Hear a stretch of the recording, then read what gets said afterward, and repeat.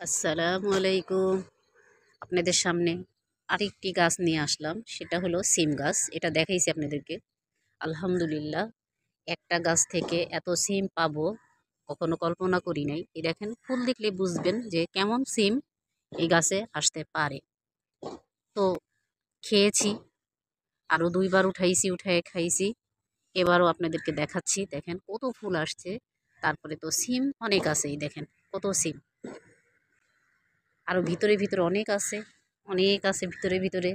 এই একটা গাছ থেকে, এই দেখেন মাত্র একটা গাছ, এই একটা গাছ থেকে এত সিম হবে আসলে আল্লাহর রহমত ছাড়া সম্ভব না। কারণ আমরা তো সেই জমিতে করি নাই, অল্প কিছু মাটিতে। তারপরে আপনার মাটিটাও আমি কিন্তু প্রসেস করি নাই, অনেক দিনের পুরনো মাটি। সেটাতে একা একাই গাছ হয়েছিল।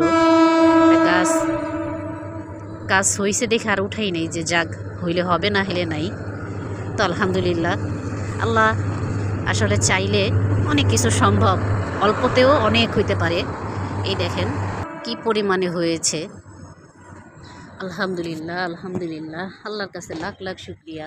আল্লাহ দিলে অল্পতেও অনেক দিতে পারে, আল্লাহর কাছে শুক্রিয়া আদায় করি। তাই তো এইভাবে অল্প জায়গায় দেখেন, গাছটা কিন্তু বেশি একটা যে বাইসে তা না, অল্প জায়গায়ও চাষ করে নিজের চাহিদা পূরণ করা যায়, এবং কি চাইলে কেউ দেওয়াও যায়।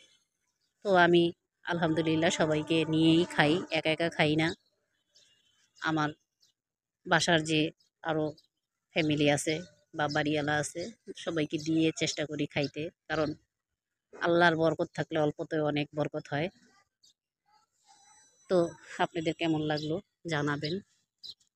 এই দেখেন নিচে একটা ঝোপা কি সুন্দর ধইরা রয়েছে, এইখানেও দেখেন, মানে প্রচুর প্রচুর। আলহামদুলিল্লাহ, আজকে তাহলে এ পর্যন্তই বিদায় নিলাম। আপনারা ভালো থাকবেন, আমার জন্য দোয়া করবেন, আমি আপনাদের জন্য দোয়া করি। আল্লাহ সবাইকে সহি সালামতে নিরাপদে রাখুক। আসসালামু আলাইকুম।